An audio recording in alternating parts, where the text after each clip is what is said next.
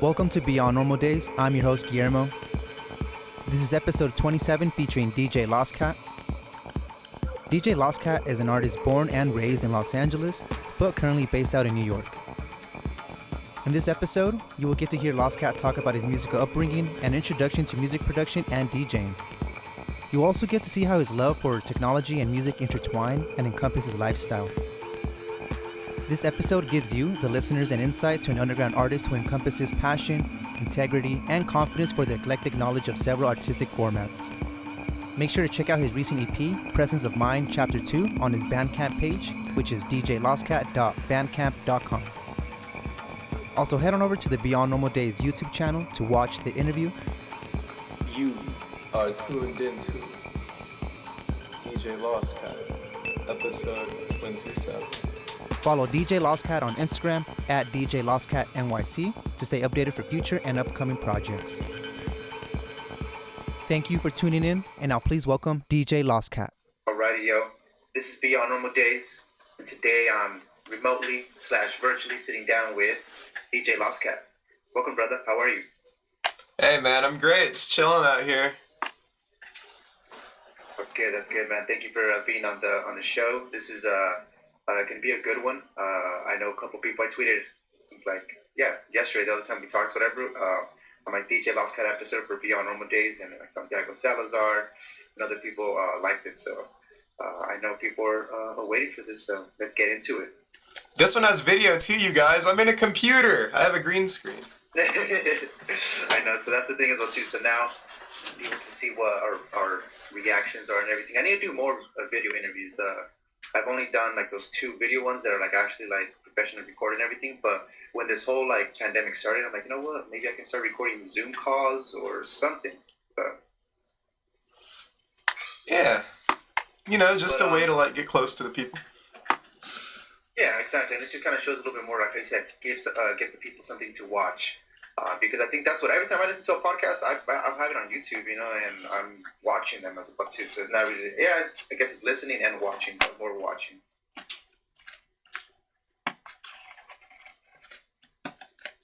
Yeah, every episode of the podcast, I do want to just let you, introduce yourself. Not introduce yourself, but let the listeners know where you're from. So let's get with that.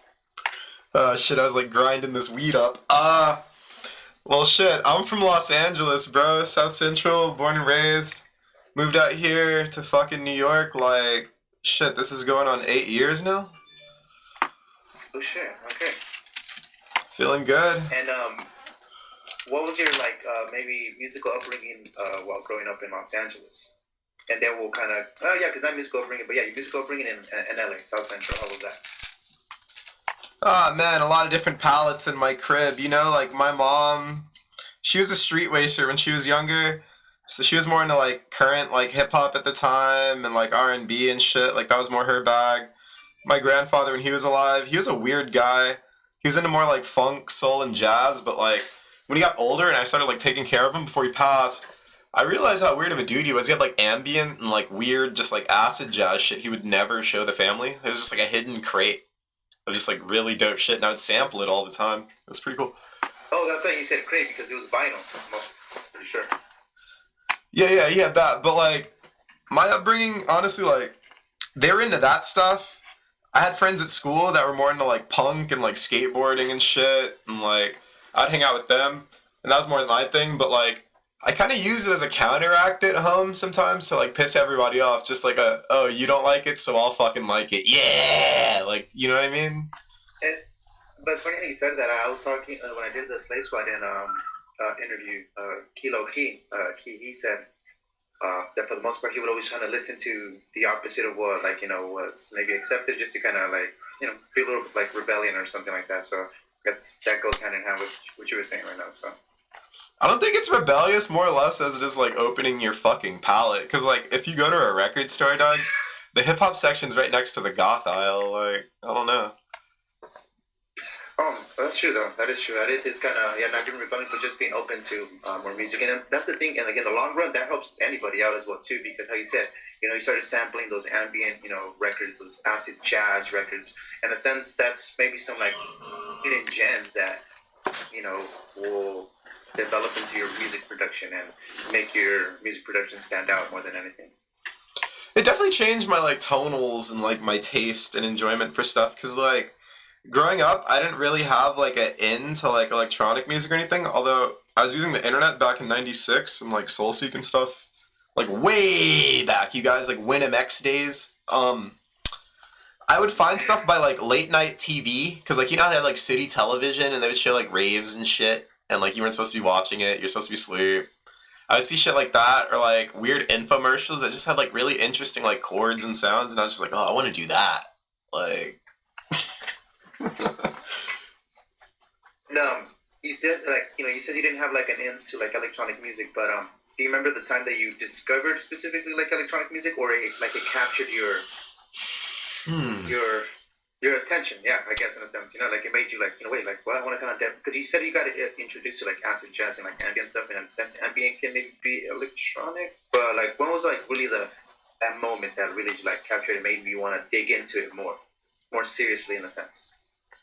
well, I was always into like video game music and stuff, and like shit they would do there. But also like I would visit a lot of like message boards back in the day.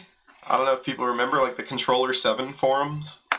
I used to dig for a lot of like weirder like trip hop and like breaks and electronic music, jungle. I would just get open, man. I don't know. I was just like always like looking at shit, reading shit, like seeing what's up, and I was like willfully obscure. I wasn't really like going for shit in like the vein other people were going for. Like even now, if I hear like people playing records out in a club, like you'll hear like for instance, like the Carl Craig remix of like Domina all the time at like New York clubs. I love Marisa, but like I'll stay the fuck away from that record, because it's like, yo, we already heard that shit from like 7 other people. You know what I mean? Do you have any this is just like maybe like not a product question and not in order, but do you have any recordings of your mixes? Like have you done as well too? What do you mean? Like for example, wait, do you have a SoundCloud? I deleted that shit. Oh, okay. Yeah, just for example, like like a mix, like people record mixes and they post them up and everything. Do you have any like of those available online? Oh yeah. There's a couple of things out there. Shit, I've been putting mixes out since like, what were we saying before, like the Justin TV Ustream days when like going live was you like. did say that. Yeah. Yeah, dude. Like the last one I did was with Santiago Salazar, I believe, for Dublab. Yeah, correct. Yeah. It's okay. Yeah, you and Roscoe did that. You're correct. Yeah, you're right about that. My bad. I've gotten listened to it when it came out. So. Nah, man. There's just so much shit going on. Like it's hard to keep up sometimes. Like I get asked to do shit, and like people are like, "Yo, do this, do that," but like they'll never get back to me. And sometimes they're like, "Oh, damn, I got to do this," or like, "I got to do that," and I'll fucking forget. Or like the homie will be like, "Oh, you're supposed to do NTS today, but they fumbled, so actually you don't have to do it today. Like, it's all good." Oh. Damn, Lostcat on NTS. That's fucking sick. You should, man, hopefully maybe that opportunity comes back and you should be able to do that. That's some real, like, dope stuff. Yeah. I was gonna do one with them and just, like, kind of play an hour of just, like, my music. Nobody else's, really. That's clean. I know your homie, Ashtray Jenkins, he has a show on NTS, correct? For Double Up. Yeah, it's on NTS. No, it's not on NTS. I did a show with him about a year and some change ago, and we were gonna do like a re-check-in, because like I've been releasing stuff, been doing shit, and he wanted to like catch back up. I mean, we talk every day, but like it's not often that like the people get to hear more than like 15 seconds of me like saying shit, you know what I mean? So yeah. Okay, and going kind of backtracking to your, I guess, growing up in Los Angeles, were you going out, or when did you discover I guess if you want to call it the party culture, going to raves and whatnot? I was 13 or 14 years old. I want to say like 2004, dog. I was out with my friends one night doing graffiti, and I put my hand to the wall, and we were just like catching throws, whatever, getting fill-ins, and I felt vibration behind the wall, and I'm like, yo, what the fuck? Like, what's going on in here, you know what I mean? And I told my homie, and I was like, yo, put your ear to the wall. Like, what, do you sense what the fuck I'm sensing right now? Like, what the fuck is going on in here? Like, okay. So we finish our shit, and we go over and fucking, like, peek and hop the fence. Dog, it's like a whole after hours party going on back there. And we were really young at the time. We were like punk ass kids and shit. And they were cool. They saw we were down. We had like shit all over our hands or whatever. They're like, oh, okay, you're cool. Then we're cool. But like, a lot of the OGs weren't really jacking us, like doing drugs or like fucking around anybody. They're like, oh, if you're gonna be here, like, be here for the fucking music. You know what I mean? Like, fuck all that other extracurricular shit. So we just kept it at that. But like, And extracurricular. yeah, you know? But like, I'm not gonna lie, dude, as I got older, like, I started to realize, like, a lot of the other shit is extracurricular, bro. It just takes away from music. That's true. Ooh, I like that. That is true. That is true. I know that's the thing. A lot of people do lose the focus on the music just because of the extracurricular stuff that I guess is involved in the bigger or the whole atmosphere, whole surroundings that come with it, and people get lost. Yeah, but I mean, it's really up to you, dog, like, what you do with it. And my thing was always just, like, the people I fucked with, the people I, like, I don't want to say look up, because you get pissed down on, but, like, just the people I fucked with, I guess, like, the people I could see myself around. They always carried that, like, mindset and that ethos with them everywhere. And do you remember some of the artists that were playing around that time when you started, like, you know, indulging yourself in the those warehouse parties and underground culture in a sense? At the time, dog, I wasn't really paying attention to names, I'm not gonna lie to you. I was, like, mad young, just, like, experiencing the time. But, like, I do remember, like, droid parties, dog, I'm not gonna lie. Yeah. Them shits were crazy. Yeah. I saw, like, Claude Young when I was, like, really, really early. Just a lot of random, like, cool stuff, man. But a lot of those things, like, mind you, I was, like, sneaking into. I was a teenager, bro, so I really had no fucking insight. If we walked by it and we heard it was dope, because, like, I'm not gonna lie, there was times, like, we would be out catching shit, and you hear what's going on in the spot, and you're just like, I ain't fucking with that one. Okay. Yeah. Like, weird dubstep nights and shit. Okay. American dubstep. Oh, okay. So you said American dubstep, but did you ever like maybe go to any like jungle parties at that time? I remember somebody was telling me that like in LA, the jungle scene was pretty like prominent and pretty, I guess, popping. Common. I would go to a couple, like, under the bridge type shits, but I do remember when I got my first fake ID, I went to Smog. Were you into what? There used to be this, like, jungle-ish party called Smog. When I got my first fake ID, I went there, just, like, with some homies, like, on some random shit. Okay. That was cool. I don't really, like... Dog, I'm not gonna lie, I've done a lot of drugs in my day. Like, I don't remember too much about my, like, what I was seeing or experiencing my younger parties. I remember, like, what I was digging and, like, what I was finding and what I enjoyed. But in terms of, like, going out, I was dragged to a lot of fucking places, dog. Like, or it was just shit I found by happenstance. And when you said digging, were you going to like record shops to go look for vinyl and all that good stuff? Half-half, because when I was a lot younger, I didn't have a record player yet, so I'd buy a lot of CDs and, like, tapes and shit. But, like I was saying before, I've been using the internet for a very long fucking time. I don't care how anyone feels about what the fuck I'm about to say. I really don't care what blah, blah, blah. I don't care what the fuck people think about what I'm about to say. But, like, a lot of my, like, music history and knowledge was found through piracy. And, like, not having things and being put onto things or finding it and just being like, whoa, what's this?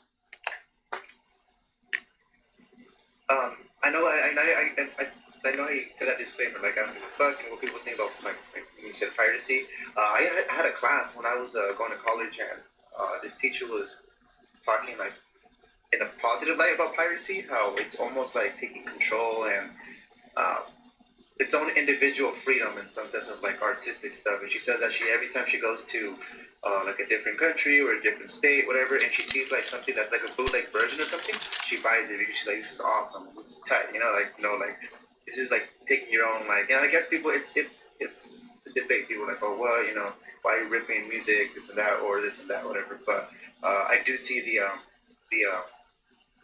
positive side of like piracy. So. Yeah, I love the appeal, man, because you see how other people get it in like other sides of the world. But my thing is like, I would never wear like bootleg shit in a sense, like just for the sake of being bootleg. But God, when you find like bootleg tech or like bootleg media, that shit is dope. It's just like, whoa, like this isn't supposed to exist. You know what I mean? Yeah. It's kind of cool. And I was gonna say so even, and this is gonna go maybe just backtracking to that, but or maybe it all will coincide. Do you remember the time where you discovered, or maybe in this case you already knew, the history and the roots of house and techno and how it's black music?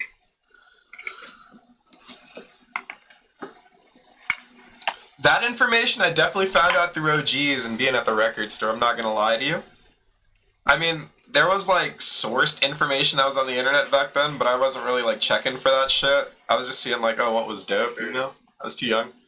But as I got older, the more OGs and shit I would kick it with, the more and more you find out about like the history and the roots.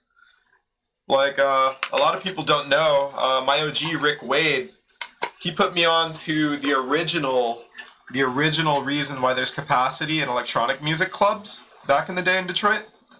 And it was a black population rule, you guys, and that's why warehouse techno is what it is, because it was more of a like, oh, it's a ghetto party, bring your auntie, bring your sister, bring your cousin. It's not no hats, no hoods in here. The whole hood is welcome.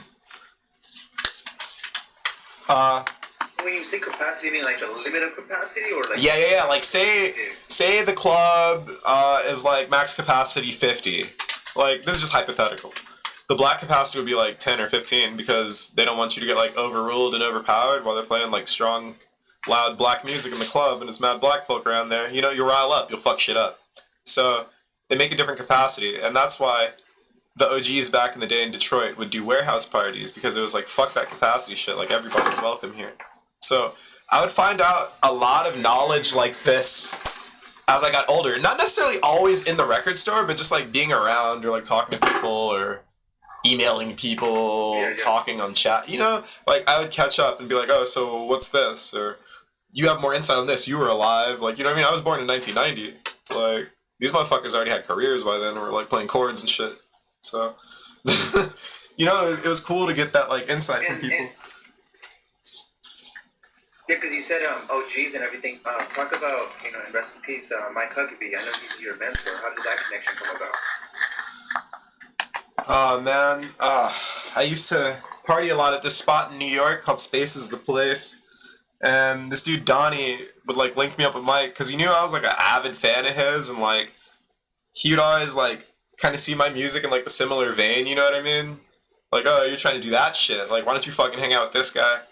And I remember one time there was a party, it was Fred P, Mike Huckabee, and Deep Chord, which are like three artists I really, really, really fucking like enjoy. Like I enjoy their work, like just by far. Like those are like probably three of my favorite musicians. Well, they're not really musicians because they don't have anything in common with musicians, and I think that's why I like them so much. But they're good at what they do. Yeah, and then I saw this. Wait, is it Vice? No, I'm not sure what it was. But it was a documentary how Mike Huckabee, how he had like a class or like in Detroit or like a yeah, dude. He taught mad kids like synthesis and Ableton and Reactor, and like I was saying, like those things were always up my alley. Like he's like a computer music guy. He has like one synth and like SP1200 and some like other little shit. But he's like a computer music dude. And Donnie would always be like, man, you guys gotta link the fuck up. Like, you guys gotta hang out, you know what I mean? And he would put me around the guy, we would hang out, we'd walk around New York, go get tacos, fucking look at girls, you know, like just random shit. And he would just talk to me and just like give me like the randomest fucking like tips about like, oh, sample and hold, or this is how you do this is how you do that. We only hung out like shit over the course of like 2-3 years, maybe like 5 or 6 times because he's always so in and out. But like we would always text, we would always keep up, we would always be back and forth video chatting and shit. And he always like he kept an eye out, well, an ear out rather, for like my sound and like tried to help me develop that shit. He always had like an open. Passed away. He posted like rest in peace, to my mentor, and I was like, oh wow, and then I started trying to dig it more, like how, because everybody was really talking about how much he really is helping a lot of like musicians or just artists in general. And I saw that documentary, I was like, wow, you see, this is like one of the realest people that are there. Like they're showing the young generation, how to really like develop into the music stuff, and also give them like a gateway, or like a little, not a gateway, but like a safe haven to maybe not go do other stuff that might maybe not give them any positivity, I guess, if you want to say that, like maybe any like. I'm not gonna lie though, I feel like the Miles Davis theory kind of hit him too though, because a lot of people in like my peer range, sure, like older cats knew who he was, but I would bring his name up all the fucking time, just like, yo, you guys check out this technique, check out this, I learned this by this dude, da da da da, and it felt like I was speaking Chinese, like nobody knew what the fuck I was talking about until he passed. So I'm still kind of weird on that. I'm still a little weird on that because I see it often. All these like tributes and like all these things. It's like, where were you when the dude was alive? And like deeptransportation.com was trying to like stay afloat. Yeah, that makes sense. That's true. And that's one thing, because I knew who he was as his music and everything, but I didn't know how much he was actually doing stuff for just as a teacher, So I see what you're saying on that part, because that dude bent over backwards, man. Like bent over backwards, and it felt like he never really got the recognition he deserved outside of like other circles. I'm serious. Like I would bring the shit up to so many people, and they'd just be like, "Who's that? Like, what's that?" And then after he died, I got people coming to me talking about some, yo, remember the wave? And I'm just like, dog. She's like, hey man, Justin, you know who Mike Huckabee is? And he's looking, I'm like, really? Dog, no, that shit really does happen, and it kind of weirds me out a little bit because it makes me feel like, oh, have you motherfuckers just been like ignoring my shit? Like you've been ignoring his shit? Like if I pass, like is this gonna be the same treatment? Oh man, no, I feel you on that. No, but no, hell no, man. Everybody, I think a lot of people, especially like real like dope artists, know your shit. Like for example, Santiago Salazar, Dex, the people from the Black Lodge, Annika Wolf, all the homies, they know your shit, and I think little by little, I think you're getting more traction. I feel like that's where this is gonna be kind of cool. So hopefully we can like, I know you probably don't really want to like, I guess make it like, oh no, I'm saying who wouldn't want to blow up or anything, but I know you deserve way more than your current status is as well too. So yeah, motherfucker, blowing up. I got my people. It's just like, will they pay attention? Because, like I was saying before, the thing about music is, it's not necessarily about your talent, it's making people give a fuck. But we've seen so many artists within this, like, past decade fall victim to the same, like, Miles Davis syndrome, Jay Dilla syndrome, Nipsey Hussle syndrome. They don't give a fuck till you're, like, gone, dude. Until you're dead, yeah. That's why somebody one time, like, I guess, said in a sense, like, these people deserve their roses, their flowers, while they're still here, Because there was even this many pictures of dude on the internet before this dude died.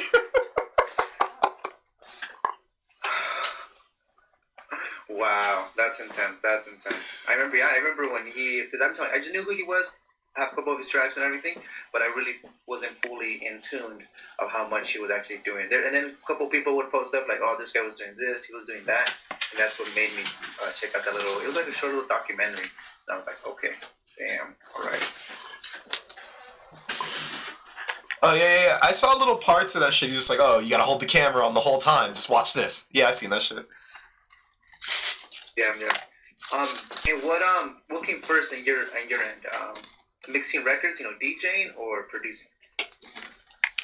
Man, I'll always be a listener first for the simple fact that, like, before I learned how to do anything, before I was doing anything, I was, like, in my mom's car just, like, bumping whatever the fuck she was listening to, So, like, yeah. the record came after that, Like, going to record stores and learning how to, like, beat match and all that shit. And then I guess producing came after that. But I'm not gonna lie, sure my name is like DJ Lostcat and shit. I spend 97 of my time producing.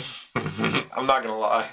Like, yeah, I DJ and shit, that's cool. But like, I see DJing as more of like a looping performance thing. Whereas like actually producing is like, oh, I'm like actually putting my all into this shit because if I'm DJing, dog, I'm not gonna feel so bad if it's like somebody else's track and the crowd doesn't like respond or react to it. Whereas like if I'm pressing my finger on those motherfucking pads and nobody's dancing, bro, I'm gonna have a fit.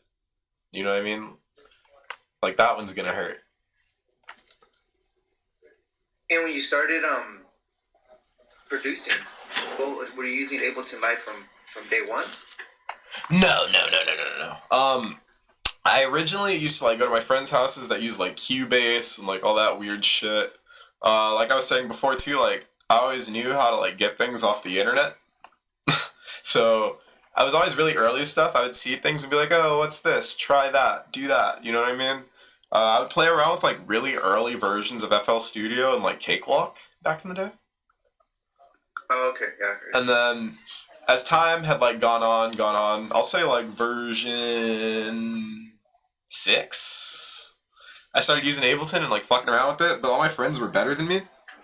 My cousin Ashtray Jenkins, like he was like a beast at fucking Ableton, even though he's like a FL guy. He was just like super beast at Ableton. His whole friend circle was. And I would sit around these niggas all the time because like it was like a technique.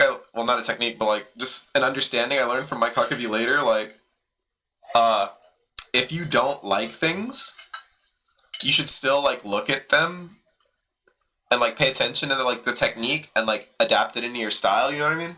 So they were doing the more like LA beat scene, like low end theory thing. That wasn't really my bag. Yeah. But like I would still pay attention to it and like how they played with their bass frequencies and like, you know what I mean? Shit they were doing, and I would try to like apply that to my style. And that was like some of my like earliest development. I later got into like using a lot of like, well really I had like a you know how they have like gear acquisition syndrome, gas? Like dudes that just buy like mad gear for no fucking reason just to have it. Oh my god, I was like, wait, what does that mean? But now I get what you're saying, I guess, yeah. I had VST acquisition syndrome for a long ass time. And like, I would just like go through everything and be like, oh, I like that sound, I like this, I like this character, I like what this does. Until eventually I'd like settled on a couple things. So I stayed within the like parameters of Ableton and like got comfy. And then I started doing Renoise. But I would like rewire it in with Ableton. And Renoise, a lot of people don't know, like the timing is hexadecimal. It's not like regular like timing. So you can add a little bit more, and that's why like drum and bass and like IDM guys love it so much. And ever since I've like kind of wrapped that around my style, dog, like my whole shit kind of changed. And is Renoise like a DAW, or is it like a VST that you can use? Oh no. It's a DAW. A couple people have seen it. Okay. Oh, okay. I've seen Subversive, you, and probably maybe somebody else. I'm not sure if it's drum stuff, but I've only seen a few people use that. I think you were the first one that used it, or that I saw was using it. And then like maybe a couple weeks later or something, I saw Subversive post up on his story, and he was using it. So I'm like, oh, see, these guys are using some shit that some next level shit, looking like the Matrix and all that stuff. My boy Matt Loberg was the one that like brought it to my attention, but I remember I used to see videos of this dude fucking DJ Caro back in the day fucking with it. Like running it through modular shit. And I used to just be like, yo, what the fuck? Like, is that an Amiga? Like, how the fuck are you running that like emulated through a computer? And then one day someone was like, dog, that's Renoise. Like, that's like a fucking program. That's not an emulation. And I was like, yo, run that. And it kind of changed my spectrum, dog, because remember, I started listening to electronic music in like the early 2000s, like 2002. I was into a lot of like that weirder like breaky IDM and like shit that was going on at that time. So this program finally allowed me to like tap into that, because with Ableton the timing is just so gritty. Like you can't really get that feel like that. And you're gonna have to one day, like, you know, through like OBS or not OBS, but yeah, through Discord here, show me like just a little music production session how it is for you, because I want you to explain to the listeners and the watchers what's a typical music production session with you, because I know you did previously have told me that you produce on Ableton and then mix and master on something else, correct? So like let the listeners. Oh yeah. All my like pre-production shit is like Renoise Ableton Rewire, and then when I'm done with everything and I'm finally like content with the way it is, I'll bring it into Pro Tools and I'll just like mix and master everything like that on some old head shit, because I have this like old DigiDesign mixer from 2000, but it's kind of like Ableton push for Pro Tools. One of my homies gave it to me, but my OG Kimyon was originally just like big-eyed when I got it. He was just like, bro, I've had one of these pretty much my whole career. Come over. I'll show you how to use it. I'll show you what it does. I'll show you everything about it. And I've just been like flying through it ever since. Like, it really takes like no effort for me on this thing, dog. Like, I really have my shit down packed now. But I remember when I was a kid and I would like read liner notes for like electronic music albums, they would be like, oh, used a DX9, used Cubase, used fucking, used FL, used Sonar, used whatever. And I would be like, why are you guys using so many fucking programs? Like, what's the point? Like, if you can do everything in the box in one thing, like, why the fuck? But as I started to, like, play around with these two, even though, like, Renoise is just, like, totally fucking different, I started to realize slowly that, like, oh, this is why people use, like, multiple things at once. Because you get, like, different characters of shit. And maybe you're not comfortable in one thing, you could like kind of marry it to. And what's your preference? Like the way you said, it's just Ableton, Renoise, and those are like, and then some VSTs, of course, right? Okay, so Ableton for arrangement, Renoise for like producing and cracking out all the sounds, because like I swear to God, their sound design editor is like, it's non-destructive, kind of like Edison is in FL Studio. It's like Photoshop, dog. Like, literally, like, I can draw waves. Wait, what? I can draw waves, bro. Like with, like, the mouse or something? Like I can fucking bring in a sample of, like, whatever I want, click the pen tool, and fucking, like, shift parts of, like, the waveform however the hell I want. Like, I can draw a fucking smiley face. What the fuck? Hey, wait, what does a smiley face sound like? Damn,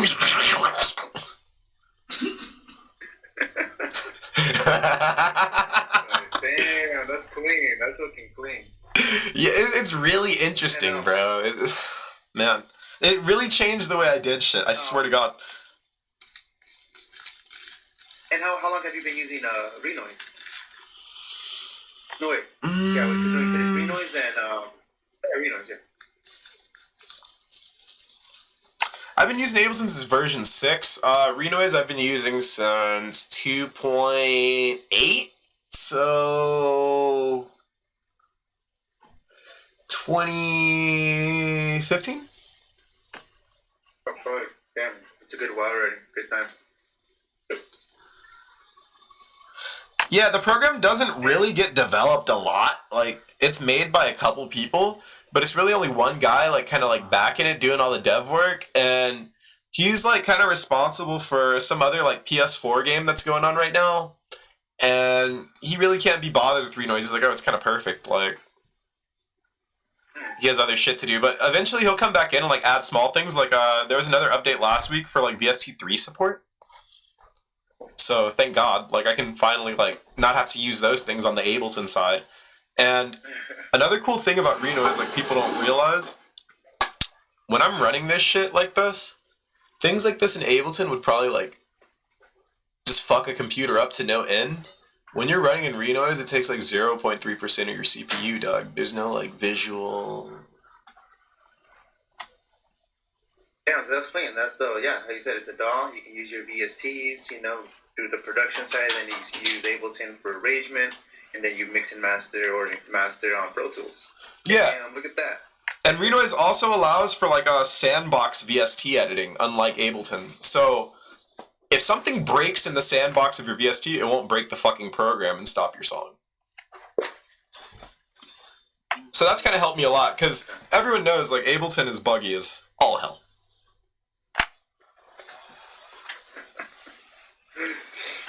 And I want to get into your connection, because you said you're from Los Angeles, moved to New York. Everybody, like, who's listening to this, or not everybody, but all the mutual homies know a similar situation with somebody from Los Angeles area, moved to New York, the homie Roscoe. How did that connection come about? That's all your guys' fault, honestly. You, Annika, fucking Queso, fucking... Nigga, everybody, nigga, like... I don't know, motherfuckers would hit me up. I guess because, like, I would try to hit Roscoe up, like, maybe...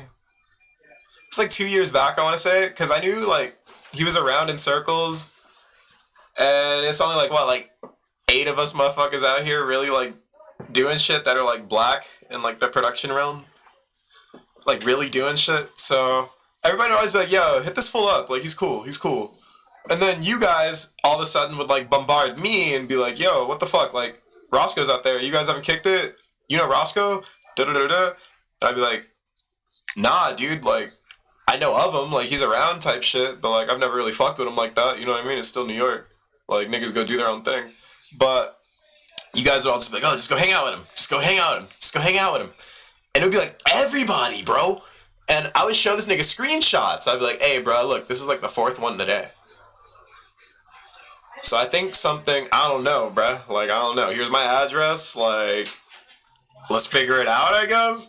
And he pulled up, and it was the coolest motherfucker I ever met, bro. I was like, oh, okay. I knew you guys would have, like, hit it off. When I saw that you guys were, like, officially working together, and I'm like, it's like, meant to be, you know? So it's pretty tight. I'm like, look, that's tight. 2 Justins from LA and connected New York. I'm like, that's something, like, that's pretty tight. Yeah, so that was kind of like a crowdsourced thing. It was like a Kickstarter. Y'all motherfuckers made that indie project come to life, bro. Yeah, dude. Shout out to the internet. Shout out to all the homies who made Skullcat a reality. But I'm really grateful for it, I'm not gonna lie, because, like, me and this dude, we're really fucking similar, but we're really fucking different. Like, he comes from that whole, like, Chicago, like, acid type style. I don't really, like...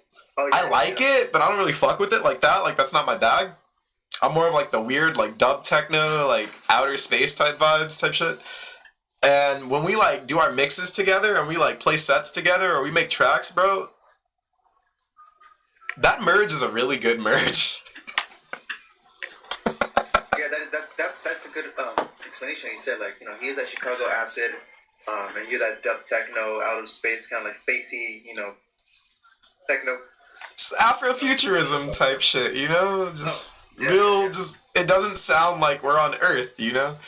Just real weird, like a lot of pads and echoes and stuff, but like, I swear, when those two sounds come together, bro, like, we've smashed some clubs out here, like, kind of forced some people to dance. Yeah, there was a live stream, I'm not sure if it was the first live stream that you guys did together, but you guys posted up, I think it was a video he posted up, and there was 2 tracks playing. It was one of his, like, mood swings, the mood swings track, and another track that you were playing. And it, to be honest, I thought it sounded like a different, like one track by itself. I'm like, what the heck, what track is this? Even a couple of people hit me up because I reposted it. They're like, yo, what track is this? What track is it? And I hit up Roscoe, I'm like, hey, what track is this? So no, I think it was on the that was when we played with Anthony Parasol. That was a 4-deck mix, and for one of the decks I was scratching, one of the decks was mood swings, and the other deck was one of my tracks. But we were DJing in key, so everything sounded like it was like a marriage together. And that's what I was saying, like, our 2 sounds, like, we have things we've made together, but the shit that we've made away from each other, when we're, like, blending it while we're DJing, I swear to God, it sounds like collabs, bro. Yeah. I was like, my nigga, how'd you fill in my...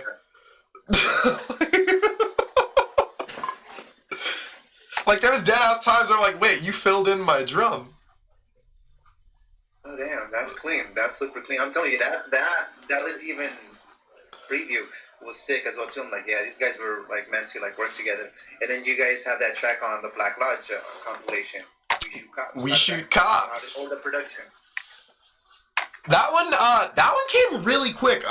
We were, it was during the Black Lives Matter protests. There was a shoot to kill order in New York City for a week straight. And we really weren't supposed to be, like, outdoors after, like, 7, 8 o'clock. It was a lockdown, and they were shooting motherfuckers outside. Motherfuckers was warring. And me and this fool were smoking. We looked at each other and we were like, bro, technically, we ain't supposed to be here right now. Like, oh, so you mean like if something were to like, if we went outside to go smoke a cigarette or something, bro, we could have got clapped in the chest. Like, it was valid. You know what I mean? Like, that's what the shoot to kill order was pretty much saying. So we were like, so we're gonna scroll through Instagram right now and let's just see what the social climate is about this. Everybody's just talking about voting, Bernie, oh my god, Bernie meme, Trump meme, Bernie meme, I hate Trump, but let's post his face for 800 times because we secretly love him. I don't know, dude. Like, we were seeing all that shit and we were just like, you know what? So what's the political standpoint of the day? Because, like, none of this shit on the gram really, like, fits us or what's going on in our lives. So maybe it's we shoot cops today. And we finished that track. It was like, I don't know, it was one of the most aggressive tracks we had made. We were both, like, going through, like, financial issues and, like, girl troubles and job issues and just all sorts of shit. And then the fucking shoot to kill order. So we were like, you know what? Let's just make the hardest fucking track possible. And then Black Lodge came about. Vikas was like, yo, I really fuck with this one. Let's put it on the comp. And then, now we were like, you know what? Okay, that was a good run. Like, maybe we could do some more. We weren't really, like, bothering about the money, or we don't really care about that. We were just trying to, like, get some creative shit out. And we were just like, alright, well, if we could do that, dog, like, pull up next week, you know what I mean? Let's see what else we could fucking do. Bro, he pulls up next week, we finished, like, 7 songs. So we got, like, a whole EP we're trying to, like, shop around right now. It's gotta get mastered, but yeah, that's been done for a while. I almost, like, forgot what some of them sound like. A lot of the like people who are really like, you know, busy making music and everything. Like, you guys have a lot of shit like under, like, in the vaults, you know, like ready to release and everything. I think that's the proper way to do it. You know, you guys have stuff, you know, in the vaults, and then little by little, you know, see where it can be released at or on and all that stuff. So yeah, it's kind of properly organizing. Like, right, cool, we have all the ammo ready. Just strategically be able to, like, put it out and all that stuff. Yeah, we were doing, like, a whole quality control thing, because, like, there's some of them that are really just, like, unruly, but they fit for the dance floor so well still, but I don't know, like, what label I'd be able to shop these to. They're just, like, on their own shit. We might do, like, self-release for some of them and just, like, promote it. Yeah, that'd be cool. That'd be tight, yeah. But hopefully it seems... Roscoe has that street sound, so I'm not sure, maybe... Oh, no, it's over, dude. No, Street Sound's over. Oh, wow. Yeah.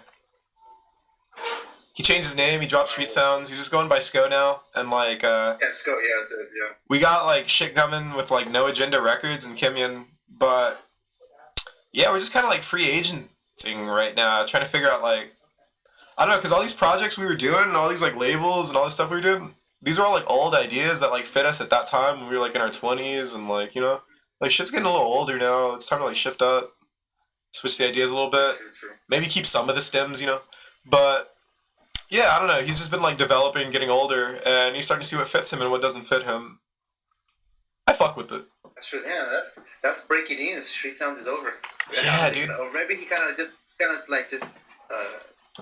under wraps it because it's not supposed to, like, be that type of big deal. But I see it. I see what's happening and everything as well too, because it's been years of developing something. So, you know, it takes a couple years to actually feel like, you know what's actually fitting, and I think he's actually really has found his place, you know, like musically he has found his sound, but like, you know, working with you, working with Kim Yan, with the features now, I see the family that he has found in New York, and it works perfect. I'm like, and shout out to him, and I'm happy that both of you guys have found, you know, something that works, you know, and then we'll go for the long run right now. So this is just the beginning for a lot of stuff that you guys are just doing. So. Oh yeah, man, that's my motherfucking brother right there, nigga. Like. Anything he wants to do, really, I let this fool do it. There's times where, like, he'll really pull up and, like, come to the studio and just be like, yo, I really don't feel like doing shit right now. I'm kind of on strike. And I was like, all right, well, shit, just, like, give me a hi-hat or something on the 3, and I'll just do the rest. Fuck it. Like... honestly, there's a couple tracks like on the Scocast shit that are like separate but equal. Like, Okay. it's like shit he did or shit I did, and we were just like one off like maybe like 2 or 3 stems. Oh, okay. Yeah. Because for a lot of the process, it was like, oh, you're at home, I'm at home. We didn't feel like it was necessary to like be in the motherfucking studio all the time. I know a lot of people do. They're like, oh, I gotta go to the studio, yada yada yada. But like, I just looked at him like, bro, there's parts of this shit you could knock out. There's parts of this shit I could knock out, bro. Link back up. And sure enough, like, it honestly came out way better that way because we weren't breathing down each other's motherfucking necks. Yeah. And it also too, it just kind of gives that, how you said, like maybe you're not really in the mood to like maybe work on something, so it just allows you to take that breather and everything. And then how you guys are into more than just music. For example, you know, you'll go outside, play some ball. You'll maybe do some painting or like your art that you do and everything as well too. So it gives you that. It's still being creative in some outlets, and it gives you that just a little breather to be able to go back when it's time to work on that track or tracks, whatever it is. Yeah, get your little daily dose of Hood Olympics and then jump back in the studio chair, you know? I've always, like, been okay with that. I can't stand motherfuckers that feel like they gotta, like, do this shit all the motherfucking time. Like, it's not a personality, jeez. You want to listen to do this for me? I have to play in like 2 hours on my own. Yeah. And talking about the Black Lodge, you guys have the release on there. How did that connection come about? Of course, they're from LA and you're from LA, but talk about that connection when it first happened. Going to a lot of after hours in like my early 20s. I would run into Jason James and like Vikas all the fucking time because we were like the only 3 like black motherfuckers in the room. Take that how you want to take it. I don't give a fuck. Once again. But like, yeah, I don't know. We just kind of like give each other the nod type shit. It was really weird. But we ended up like being really akin to each other and liking each other and just being like, oh, we have like similar goals and like interests and Jason and I, we would go to a lot of like random parties. This dude Ed, Stellar Remnant at the time, he wasn't a store yet. He was just like a fucking booth, like at parties. And he would have like crates of like dub techno records, and nobody else I really knew at the time was like a dub techno vendor in LA. Okay. I don't think I was really like checking for. I don't know. I would like buy a lot of shit online or like I don't know. But was he going as Stellar Remnant before too? Yeah. He always had that name when I knew him, and he would just have like really interesting selections and like just rare dub shit that like I was always looking for like dirt ass cheap. And me and Jason would always like politic and like bond over that fucking booth. Like we would hang out there more than like seeing the fucking DJs, dog. And we just like pick each other's brain, just like, oh yeah, I like doing shit like this, I like doing shit like that. We found out we like producing. And I was like, honestly, bro, like, I fuck with producing more than DJing. Like, you can talk to me about that shit. And at the time, like, he was producing, but he wasn't really like having time for it, you feel me? He would like get booked for gigs. He fucking had like a full-time job type shit too. He didn't really have time. And I was like, yo, dude, like, I was just like drop mad secrets on him in Ableton. Cause he would like fuck with shit like that. I was like, yo, try this, do this. If you want to like save time, do this. And we would just bond like that. Like the same way, I don't know. I talk to a lot of people like that. Like people just spring up on me with like production questions all the time. And I'll usually answer unless I'm like with a girl or something. Yeah, no, that's why I even kind of like got the idea of starting the podcast. Like one a long time ago with the homie Joe from Sin Passion, Dante Sin. We talked about just having a podcast, just bullshitting, talking about stuff, whatever it is. But then I would catch myself, going to these afters, just talking to people, either smoking a cigarette, smoking a joint, whatever it is, but we're outside, maybe in the smoking patio or whatever it is, and we're having these long-ass conversations, the music's playing, and I'm asking them questions about their introduction to the after parties, the Billy Warehouse, just the house in Techno and whatnot. So then little by little, I'm just like, man, what the fuck? I should be recording these these episodes, or these conversations, because that's what they are. We're just conversations. One, we're getting to know each other, and two, I'm getting to know, just because I'm always fucking intrigued, because I always tell people I'm a late bloomer, a little bit into the electronic music. There's nothing wrong with that. What the fuck is wrong with that? Who cares? Fuck them. That's the thing, but just fuck all of them, bro. Fuck them all. True that. I like just that huge. I think a lot of people like to portray themselves as like, oh man, I've been into this shit forever, like, oh, I'm cool as fuck. And I'm like, dude, shut the fuck up. You're not that fucking cool, dude. Being cool is fucking whack. Like, let's keep it apart. True that. Facts. And but that was the main thing. I'm just like, you know what? Just talking to people outside. I'm like, no, I never just record these things. And I remember one time, I think I had asked. He's fuck, I forgot his. Oh, Jeremy Santa, but he was LA Structures, and we were just talking. And I'm talking because he's a little older cat than us, and I'm asking him about the scene and all the stuff. And I told him like, hey, have you ever done a podcast? And he looks at me. He's like, no, I haven't. But hey, that's a good idea. We should do this, you know. And then when I started it, he's the third episode. No, he's the fourth episode. And little by little started reaching out to more older cats and everything to kind of sit down, and then also to the younger like us, you know, like Annika Wolf, Joe Barcy, Sean Puda, Diesel Ladone, Forest Placement, and then I've also reached out to bigger cats like Subversive, Dean Paul, Drum Cell. So now you're in the vault too, Mr. Lostcat. Yeah, sitting with the stars. Yeah, no. So that's the thing that I want to, and that's the thing I'm like, when I started, I'm like, I don't want to water, you know, I don't want to water this down. I want to have like people who are really real and true to this, to the genre and everything, and to the culture. So I like the word culture, but I hate the word culture because at times I think culture failed us. Yeah, that's the thing, because I'm just like, should I say community? No, there's not a community, like a scene. What is it? Like, I don't fucking know. Yeah, there's no producer community. Let's keep it a stock. There's no such thing. I came in green with that like idea and like ethos for a long time, and I was very giving and very evangelical, and boy was I fucking wrong. I know. I first kind of, when I got into this, I'm like, oh, everybody's friends. Everybody's here to look out for each other. This is all the time. And then look more like the years go by. I'm just like, people are fuck. Yeah, let's try that again, or not, really. Yeah, but that's the thing. I'm like, you know what? There are some people who really are to each other, and they are like trying to be decent human beings, and that's cool, you know. But like in the overall thing, I just realized, I'm like, you know what? I just have to kind of watch out who. I got who I got. Faith too. I got who I got, bro. You're on there, but you count them on your fingers, you know? I'm old school.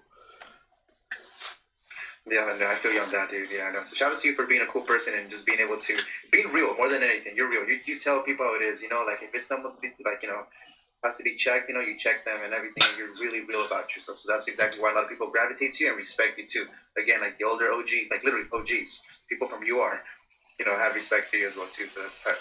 Hey man, those motherfuckers be checking me too. Real shit. Real shit. But that's what that's what a real, like, you know, friendship or real relationship is supposed to be about. You know, if you really do value somebody's, you know, their thought on what they're doing, you're gonna check them. You know, like, hey, you know, and that's for the most part like what it's supposed to be. Because you can just let somebody be a fool, you know, or whatever it is, you know, or acting up. You can let them, you know, and that's on them. But if they're checking you, or you know, or one is checking another person, I think that's cool. Yeah, bro. I mean, there's times where Santiago is literally like, kept me to the side and be like, yo, bro, I don't like the way you went about that. Hey, I mean, if it's got to be said, then it's got to be fucking said. You know what I mean? Like, Yeah. I'm not one of those people that like can't take the feedback. You know, like I know I'm aware of what I do and I do shit too, and I like go about things the way I go about things. But these fools are older than you. Like they know some shit. So they gonna tell you like, yo, you might want to like chill out with that. I like that now, but I think it's always needed. But your current ventures right now is with well, not just with, but talk about the future. Well, it's not but future is now experience. So with Kim Yon, Roscoe, and you guys would be like the 3 official members, or there's another official member too? Yeah, we're the official ones. We're the resident DJs too. Vikas is the one that linked me up with Kimyon. Vikas used to work for Kimyon back in the back in the 90s. They were like throwing mad parties together, and they were like early to like the .com boom wave. I recently got with him, just like under his wing. Kimyon was like, "Yo, you should get with this dude," because like, I mean, people know about his like musical prowess and like his abilities and shit, and a lot of those guys like they know what I bring to the table with like my digital ability and like what I'm able to do with stuff, and like I don't know, it was just like a perfect fit, especially now that we're like moving into this newer era of like just full on digital. You know, I just feel like, you know, if I could do that for them, then like I got that. You know what I mean? Because like I don't want to see these dudes like left behind by like the digital fucking Joneses.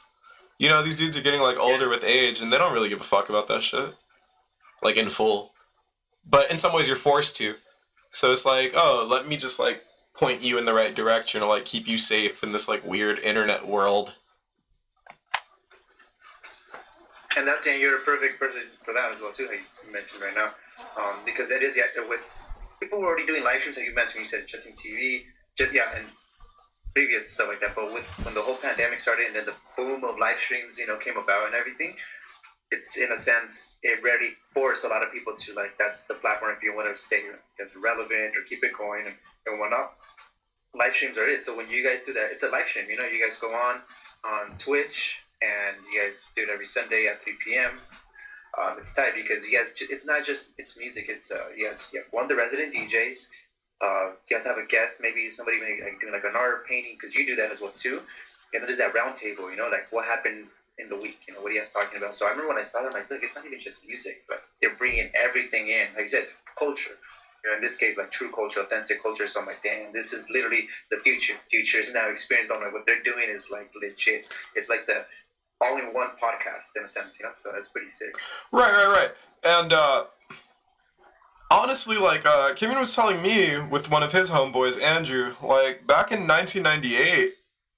They had live streams back then. There was DIFM and like other electronic music sites that used to do like live streams. They were in really, really low bit rates back then. But it was a thing. And a lot of people weren't really like onto it. You know what I mean? But like even when like Justin TV and Ustream was a thing in like 2007, like people weren't really onto it. But it's so weird to me now watching it like re-loop, because like people used to make fun of me for like putting a fucking webcam taped up to the corner of my room, and now all these motherfuckers are doing the same exact shit. Yeah. Because people don't maybe, or also too, they use another laptop too as the webcam. Because I remember, even asked Roscoe, because Roscoe and I and another homie who I started DJing with, we did live stream as well too, but we used to call it like the radio. It was a radio show in a sense, and one would bring their laptop as a webcam, and then the other one was used to route the whole thing up and everything. So it was tight. We would do little radio shows, but that was live streaming. So when I saw that, I'm like, wait, we've done live streams before. And then Annika and I did a live stream 3 weeks ago, and they were doing live streams before the pandemic had started, So it's pretty cool to see. Well, I said it kind of reloops again with everything going on and everything, but now it's almost in a sense like it kind of gave the initiative to like, hey, like get on board with all this, So everybody started getting all their streaming equipment and using Twitch. Before Twitch was just for like gamers, but now it's DJs. Yeah, I actually have a personal Twitch myself. I use for like music production tutorials and like gaming stuff. Like I'll play like Tekken or like skateboarding video games or whatever. I'm pretty good at fighting games, you guys. I don't know if people know that. But yeah, like even back then, it's just crazy seeing like, I don't know, this shift. I thought we would have moved into something else. So it's weird to see it just like kind of peak out right here. And it's like it's peaking, but we've been at this. Well, it's not. It hasn't peaked at this level, but it's already like reached a certain, like, the same tools. It's the same tools now, more popular. So. Yeah, because if you think about the whole push from like the earlier 2000s to like go get with like a terrestrial network and go do that, like get with like Revision 3 back in the day when like JW Player was a thing, to the whole like the boom of like the mid 2010s to like, oh, buy your own camera, buy your own MacBook, make your own media. And now it's like we've graduated from that. And it's like, oh, syndicate your own network? But you're using the same exact fucking tools and the same exact room you were in. So that means we had the power to do this shit all along, bro. We were always like ahead of the curve then. Especially with our era, like our generation, like we were like the .com babies, dog. I watched this. It's the Dr. Green Thumb podcast, which is Be Real's podcast from Cypress Hill, and they're always talking about how they used to have a radio show before, but it's basically the same people that were on it, like I think the guitarist from Deftones and C Minus, which is part of like the Beat Junkies, the DJ. Yeah. It's the same people.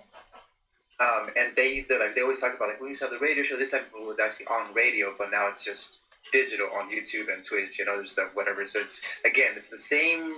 People have been doing, like you mentioned, live streams have been here before. So it's the same thing. People have been doing the same thing now. It's just on a different platform or maybe more high def tools. Like a better web camera or actually a DSLR camera used to capture whatever it is. But that means 10 years from now, we're not too far from like fucking owning our own servers then and really just syndicating our own shit. Because when the whole digital audio workstation boom was a thing, like when they were selling laptops at mad rates in the mid 2010s once again, they were saying theories like, everyone will have their own sound and their own style of music and music won't really matter that much because everyone will be able to access it and do it. And now we have fucking Scalar. So like, it's kind of the same thing. Like, pretty soon we'll have servers, and, like, we won't really watch TV. We'll, like, watch each other. Oh, God.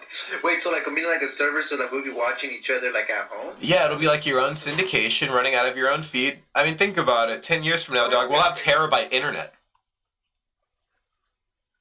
What do you need to flow over terabyte internet? Syndicated TV from your own server? It only makes sense, bro. What do you think was going to happen? What's going to happen with cable TV? You think that's always going to be alive? It's on its way out, dog. We've been over terrestrial radio for how long? But I don't know sometimes, because if you think about the Netflix, their market and the way they were, like, selling things, they tried to do it with, like, limiting people. Remember that? When they would, like, limit how much you could see for a while? To, like, stop the binge watching? Oh, yeah. Yeah, it's kind of like regular TV does that too. You see it once a week. So we kind of went back to that in a sense. It's kind of like it'll. Oh damn! That made me think about that. That's true. I didn't really have something so you can stop binge watching shows and shit. Because they ran out of content, bro. Like you saw it all. There was, Yeah. They had to keep it consistent somehow. Like, I remember one time I was watching Scarface, like, and I just watched it in pieces, and then the next day I'm like, I'm about to finish Scarface, and I'm like trying to find it, and was it on there? I'm like, dang, literally I was catching like yesterday was the last day Scarface was on Netflix. I'm like, so when I try to go back on it, it wasn't there. But then they'll bring it back up, so they'll take it for a couple months or whatever, and then they'll bring that content back too. That's more or less a licensing and like a publishing deal, but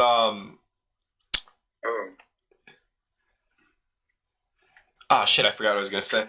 But yeah, that's more or less like a licensing and publishing deal, but like, sometimes it's just like, shit is just not there anymore, you know what I mean? But they had to limit it like that because people were intaking so much content that it was like, oh shit, we can't crank out enough in time, bro. Or like certain studios would end or the budgets wouldn't, you know what I mean? And people would be disappointed, like, oh, my show. We need more shows, man. Come on. Yeah, I mean, if you really think about it, media is like a form of crack.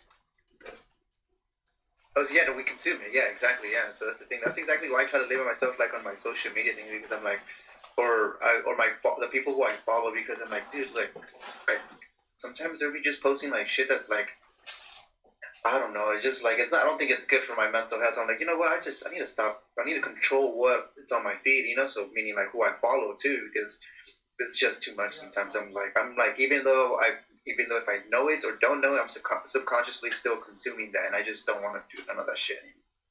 This might sound like a really fucking like high thought and shit, but like I sometimes wonder because the more and more we get into the medium of like screens, the more and more I start to get freaked out because I have this talk with like some of my artist friends sometimes. Like they don't really make music or anything, they're just like artists.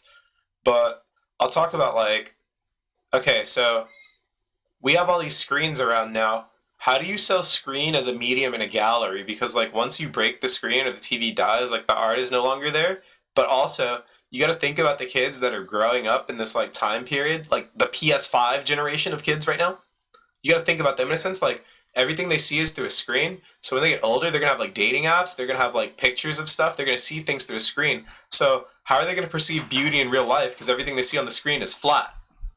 It's going to freak them the fuck out when they see it in real life. Because it has dimension to it. You're like, yeah, exactly. So you're going to be like, so I'm just used to seeing this 2D dimension type thing. Or depending maybe if the screen's, I don't know, man. I don't know, the hologram type shit. You'll be able to see like bullies. I don't know. I fucking. You won't be able to perceive true beauty, bro. You will not. So I think about little shit like that sometimes, like with this newer era. But how will we like engage them? Like, because I think with our era, like the live stream thing and the syndicated thing, once that like goes away, what are they really gonna be doing? Once esports is no longer cool, once Twitch is like dusted, like what's next? Like what's actually the fucking future? Like once trap music's over, like where are we going? Like Hyperpop. Ooh, that's that $1 million question, because that's that part that really like, you know, what is next? You know, we're like right there though. We've had trap music longer than we haven't. We've had flat screen TVs for like shit over 15 years almost. Like dog, where are we going? What's next? We're gonna, instead of like you and I, like over here with the video, we're gonna be able to pop each other up like a little hologram just right next to you, and you see. Oh, true scale. Oh, that would damn. be crazy. Like literally, and I can move to you, like say I'm on your couch and I sit next to you, like yo, what's good, you know? That would be the only like maybe on some weird thing, like me being there, I guess, but just hologram. Guess I don't know. Ah, man. Yeah, I do wonder like how will we engage with like this next generation of like audience, because the shit that we're doing right now, sure, we might think it's like next level, but they're gonna be on some like whole other shit, dude. They're learning how to code in 3D in elementary school now. I've seen that, yeah, I've seen it. Also, too, just in general, like I know, like with the pandemic, a lot of people got into coding because of like, you know what is, you know, like what's something useful, you know, let me learn something useful that instead of just like, I don't know, I guess, because I don't know, but I do see the people getting more like, I guess, learning more trades, which is cool. I like that as well too. So I'm pretty pumped. What's next? Oh, when we see what's next, even though I don't know what's next. Like, what happens when techno music is no longer futuristic? I know we're kind of getting like off skew with this interview now, but I don't know. I've always wanted to like ask these questions, like pressing. Maybe I'm like interviewing you now. I don't know. Nah, this what. I know. I'm not thinking. You're making me think like, damn, I don't even know what's going on now. Because you know, like people. I don't know. I've always like. Fuck the rails, dude. We tried to do the structured thing. It doesn't work. Just talk to me. No, exactly. No, that's the thing as well too. Like, you know, from the beginning, we've always kind of like go back and forth and everything. No, but no, this is perfect. This is with every conversation or every episode that I have. We always go off like on tangent. Maybe not talk music, whatever. But we're still getting to know. You know, the listeners getting to know who you know, what you encompass, what your mind encompasses. So, so this keep it going, keep it going. I'll break the top 5. Well, yeah, I think about a lot of like advancements that we have now, and like AR versus like VR, and you know, I'm into a lot more than just techno music, you guys. Like, I love hacking. I love like database scraping. Like, I'm into things of that nature. So sometimes I get into like weird tangents like this because I really wonder like, what will the future actually be? Especially now that like we froze the entire world for a year and everything's considered boomer shit now. I don't know if people realize that. Like we spent a whole year in a gap. Everything is now dated. Yeah, that's crazy. Like you said, we froze the world for a year. Like literally, yeah. Well, except some Californians still fucking trying to throw. Well, I guess this Jesus Christ. Too, like throwing some plague rapes. I guess they call them plague rapes, whatever. But I don't know. Well, they weren't really too futuristic now, were they? Yeah, let's not go there. But no, yeah. But, it's good to think about things like this though, because remember it's 2021 now. Like these things will soon be rendered old. Like having a Focusrite fucking interface and a MacBook and like a microphone is kind of like now becoming the old standard. True. That is true. That is true. Because I know, because now that I've been using the podcast, same thing. When I record my intros, literally sound card, microphone, MacBook, literally, and I just record onto Ableton. But when it's pretty standard. It's like it's, and I feel like I'm like, okay, what's next? What can I do to develop something? Because I always consider myself like a mobile podcast, because I would go to the interviewee, and just set up and just record onto Ableton or whatever. So it just becomes pretty like, okay, what is next? Okay, what can I do to develop this thing as well too? Could you imagine 2025 when like quantum computing is the normal, even in phones? Because you know phones run the same video cards that our computers run for gaming now to play like PUBG. It's the same thing. It's just on lower settings. What happens when we have like beyond normal augmented reality? That sounds crazy. That sounds tight. You know, augmented reality is already like a whole thing in Japan right now. Like, they don't do theme parks anymore with like amusement rides. They do AR. Like, the main attraction right now, if you go to Shibuya, is a Metal Gear Solid AR amusement that like immerses you in like the whole. Yeah, I'm wondering, like, dude, where are we going? You can be like a character in there, like, you know, kind of playing everything. Yeah, like you're like in the whole thing. So I'm wondering, like, especially for us being like a techno generation, like what's on the table? Like, dude, we could go anywhere. We could go fucking anywhere. We have computers. I'm on a green screen right now.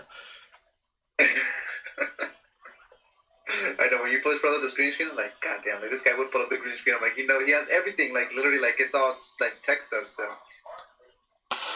Oh man, I'm improvising. Like this is just like a regular Logitech like HD camera. I have two of these set up as like feeds, so like I can like tap between the two. Like one is pointed at my gear, one's pointed at me. So like when I'm doing my streams, it's not as just like linear. Like it's not just like my forehead all in the camera, and it's a little more for people to look at. So like say if that were to get like syndicated, which it probably won't, but like if it were, you know, it would just have a little more like sheen to it. It wouldn't look just like a regular like stream.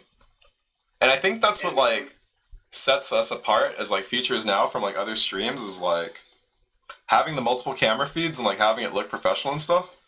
I think if more people like implemented that into like their streams, I know OBS only lets you do like 2 feeds at a time, but like it's just, it makes a whole world of difference. Like you can play with streams kind of like a canvas as well, like Photoshop or like a fucking DAW, you know? Do you guys use OBS for the features now? No. When we first started, I did like a few test runs with it, but we had too many cameras. Like I was saying, OBS only allows 2, and we have like 4 cameras that we like slide between. So we had to use a different format, something a little bit higher, because like we're tethering everything. But yeah, like when I'm doing like my regular stuff, just like my personal streams, it just feels a lot warmer when I have more than one camera. And you stream on Twitch? Yeah. I stream simultaneously with like Twitch and YouTube because YouTube's a little more stable. Twitch, get your shit together. But like, yeah, it just, like I'm saying, it works a little warmer for anybody out there that's like wondering how to get their stream shit up. If you just have 2 cameras, it feels better.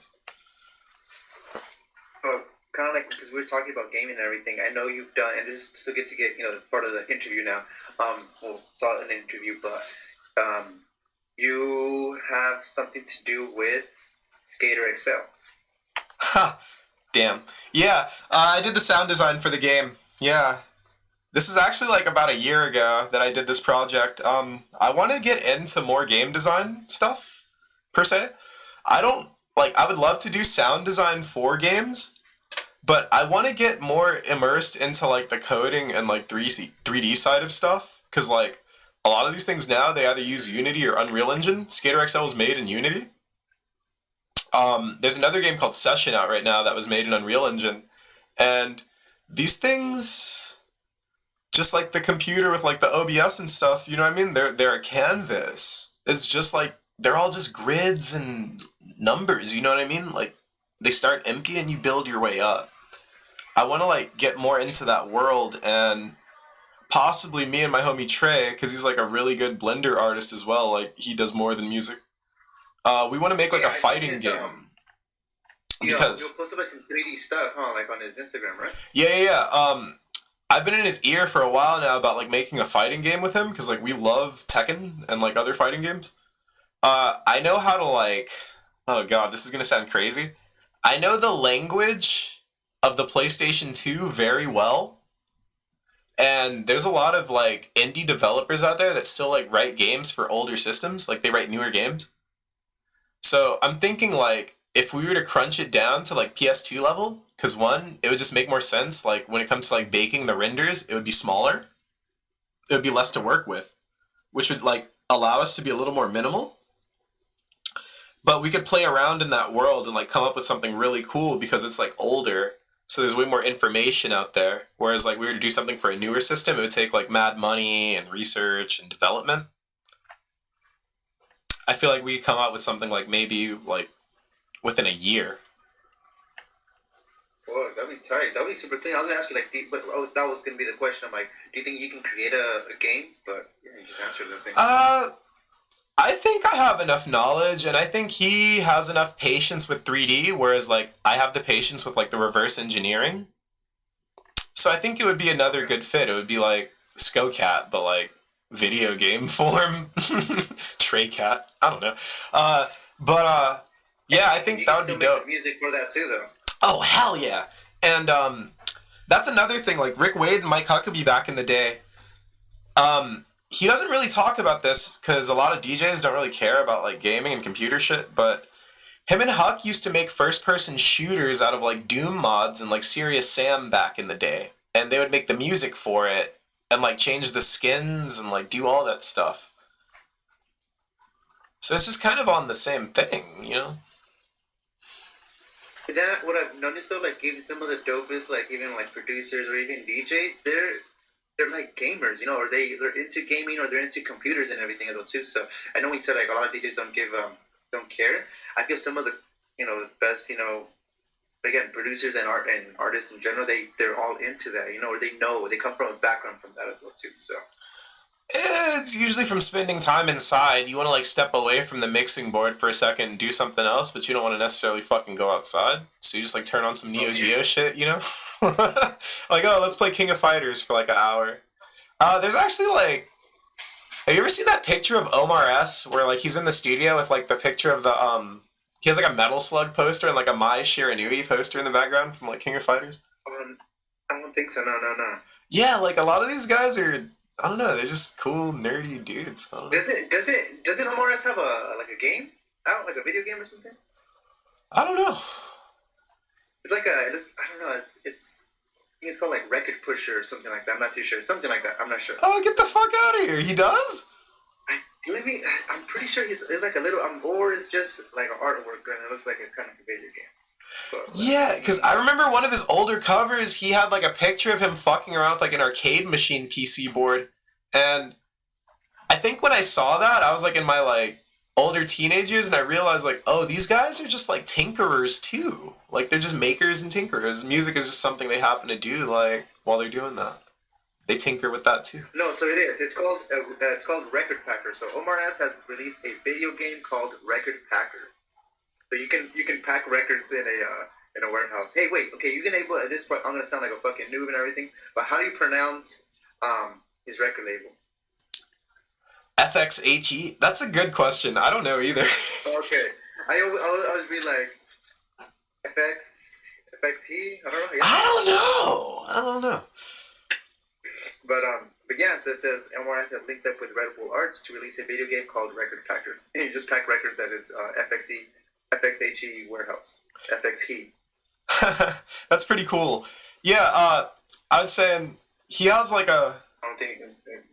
Oh yeah, I see it. That's cool, man. It's all like 16-bit type, like an old Amiga. Yeah. Or a Commodore. Yeah.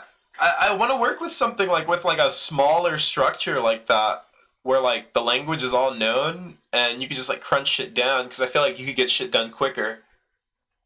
Whereas like if I were to make like a PC or a PS4 game, it would just take ages of like research and, you know what I mean? These like indie studios nowadays, they're doing these bigger new things and they realize like you run out of money pretty quick.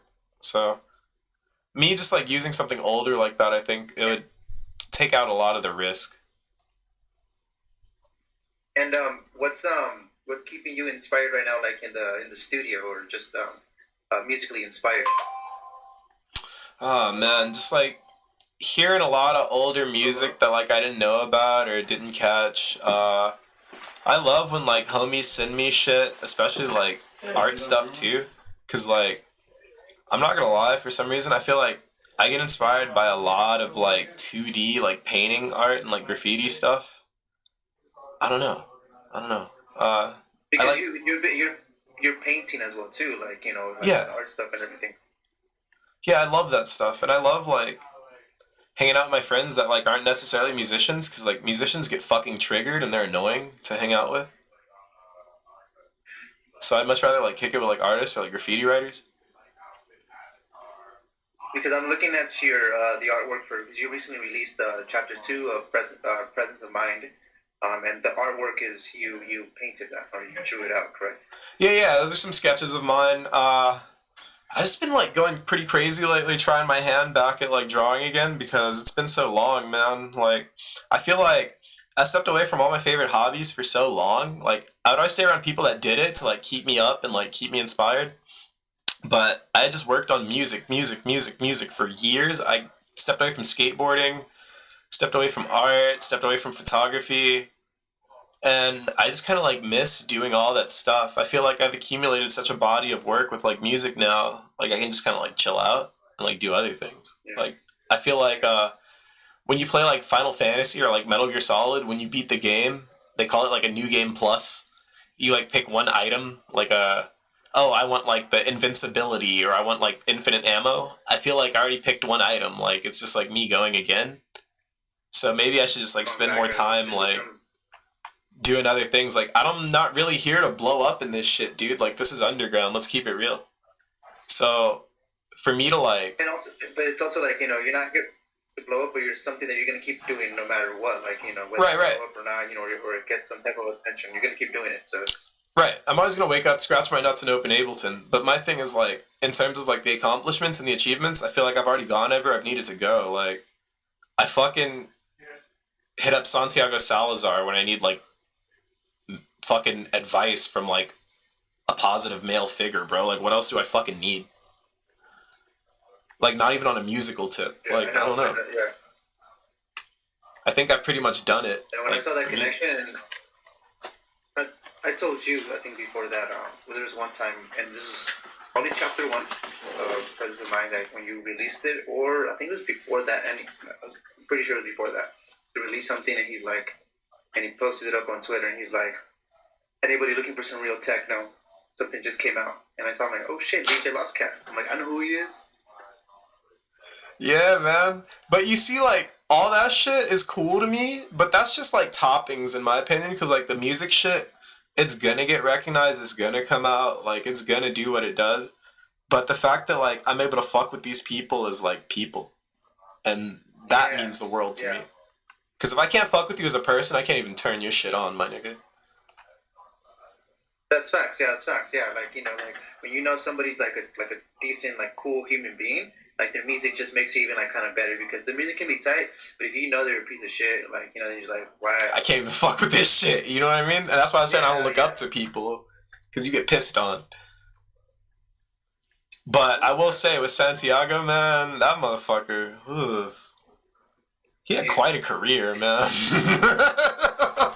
Yeah, it's tight. Like when I met him in person when me and Annika pulled up to Dub Lab and he was there and I'm like, Guillermo, what's up? I'm like, dude, like it was crazy just to like actually see him. And I met his younger brother and I was just talking to his younger brother, just like talking to him and everything. And his younger brother's like, yeah, he's just my older brother. I really don't see like but that's I told him like I understand that, but like from like an outsider perspective, like me who knows he is, I told him like your brother's the real deal. Like he's the shit. He's tight. But that to me means more about the shit you do for people and like people around you versus like the music though. Because if you think about this, dude, if you really think about all these like older UR cats and a lot of these older Detroit techno cats too, there was no community per se, but they still tried their hardest and like at best to like keep everybody like in order and like chill. That's true. That's true. Have you ever gone to Detroit? Nah, dude, I don't really travel too much. I've been broke. Like, I'm not one of those type of DJs that's like, oh, I'm going to Germany today. I wish. I mean, if somebody out there wants to like help me do that, I'm down. I know, say like, hey, somebody invest in Lostcat. But like, it's not really about all that to me. It's really just, once again, like, what type of motherfucker you really are and like what you do out here for these people. Because there's a lot of these older cats too that are like really stuck up their ass and they don't do shit. And they don't put nobody on. They don't look at the younger generation. They don't look at the older generation. They just be on their own shit.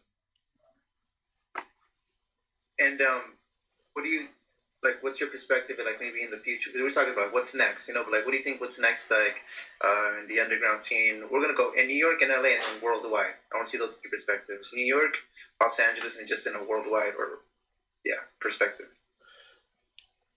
Good question. New York, less snitching. LA, Is that I what don't. you hope, or do you think that is? Yeah, that's what I'm hoping.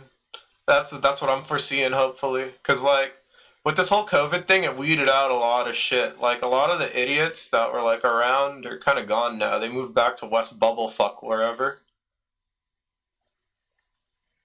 LA, I don't really know. I haven't been there in a long time. Shit.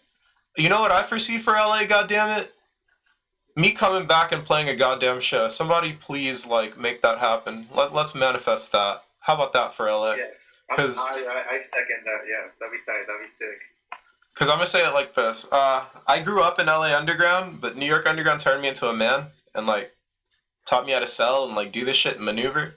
And I haven't really been back in LA ever since. And I would love to just like, I don't know, cut a rug.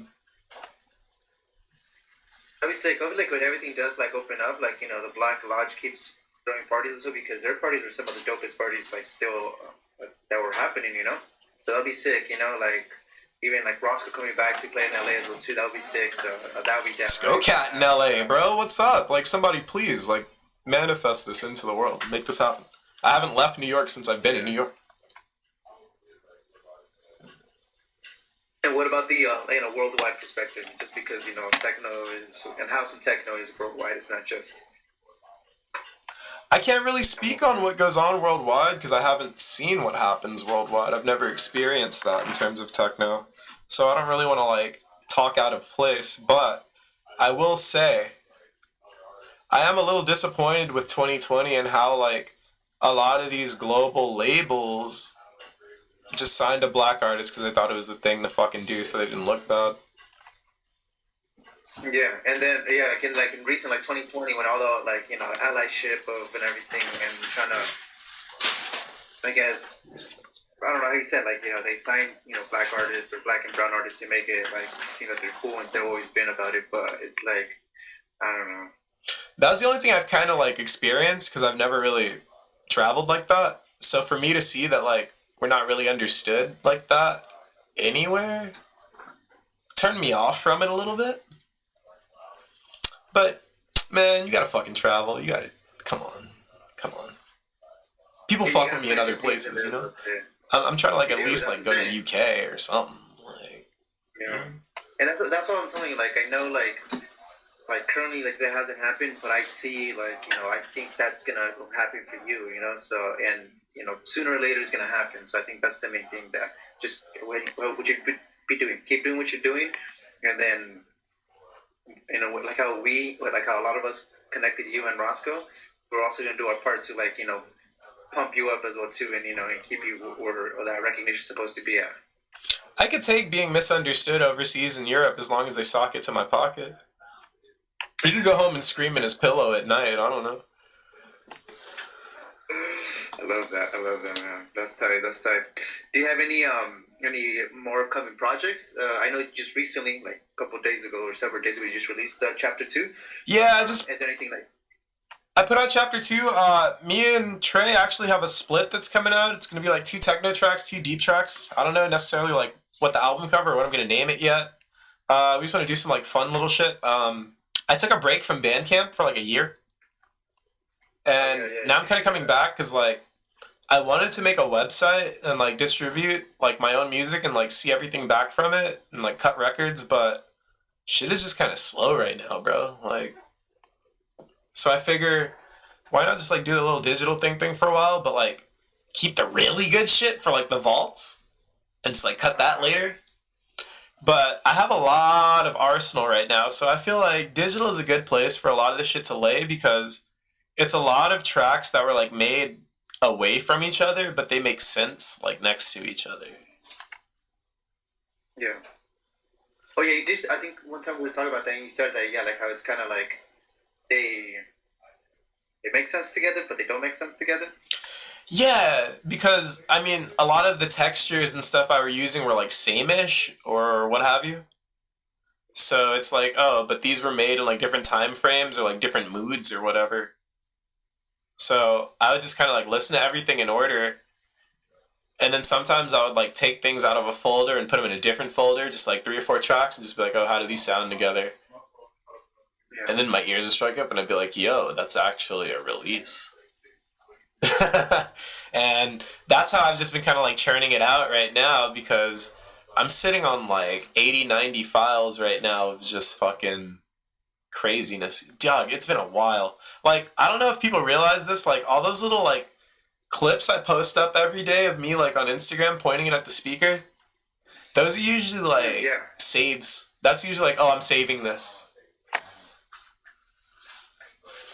There's so many of those clips that you can post up, and that's exactly what I'm just like, dude, this guy's like always in the lab, like working on his craft, and that's why it's like, you know, that's why you're so good at what you're doing. We've been doing that too. So.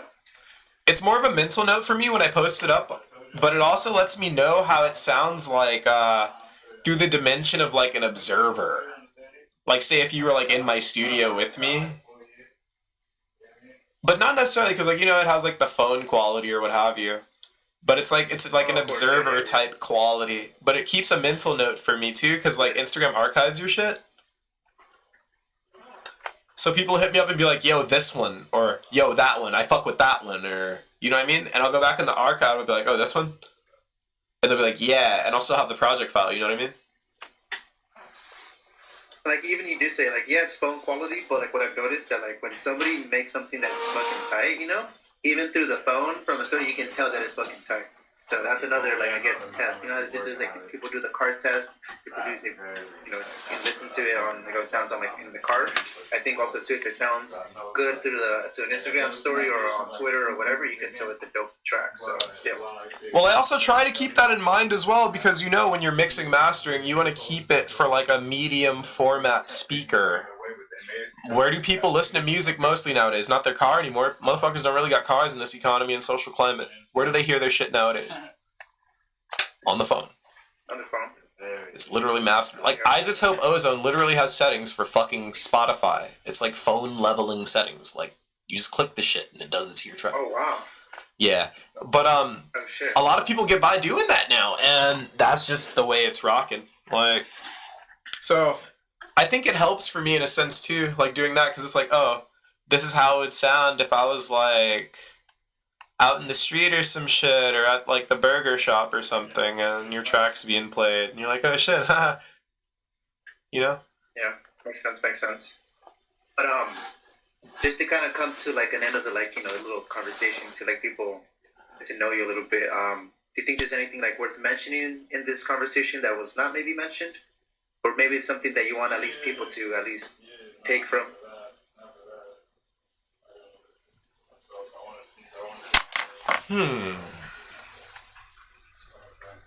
He said, Well, first off, I want to say thank you and I love you to everybody that has supported me throughout these years and supported my music or had my back.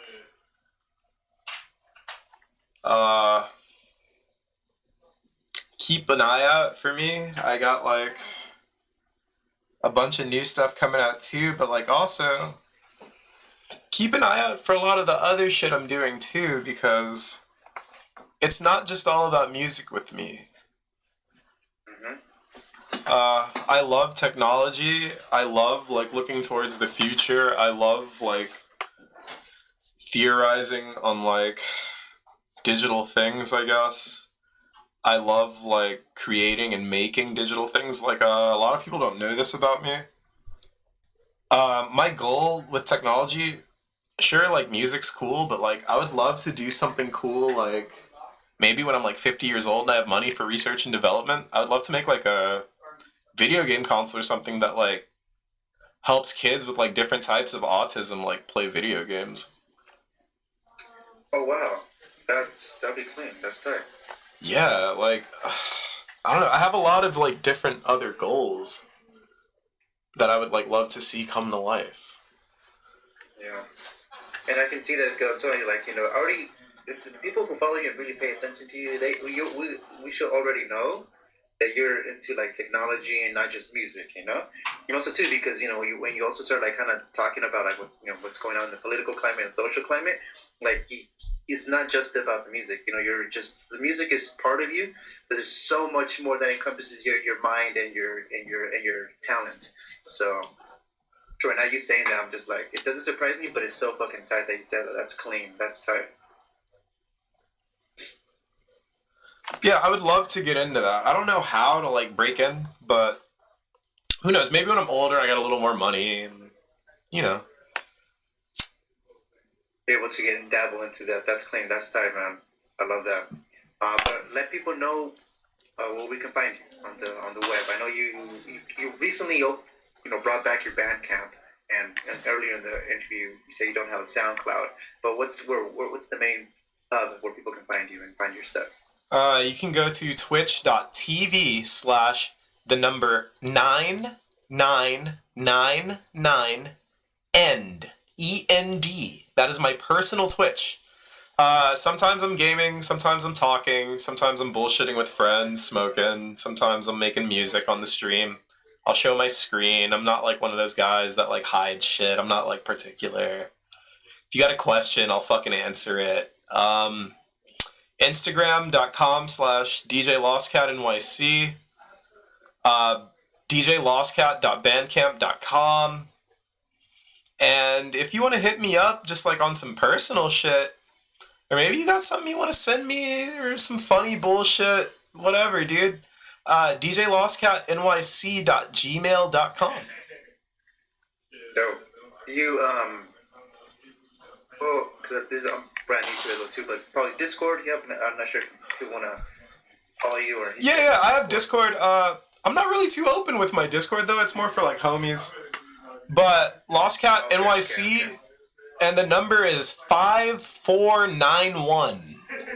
If you really got something you really want to tell me, or you just got something cool, I don't know, hit me up. Hit me the fuck up, man. I'm gonna have to take up on that offer and just because look, I love mixing. I think I got that handled, podcasting and whatever.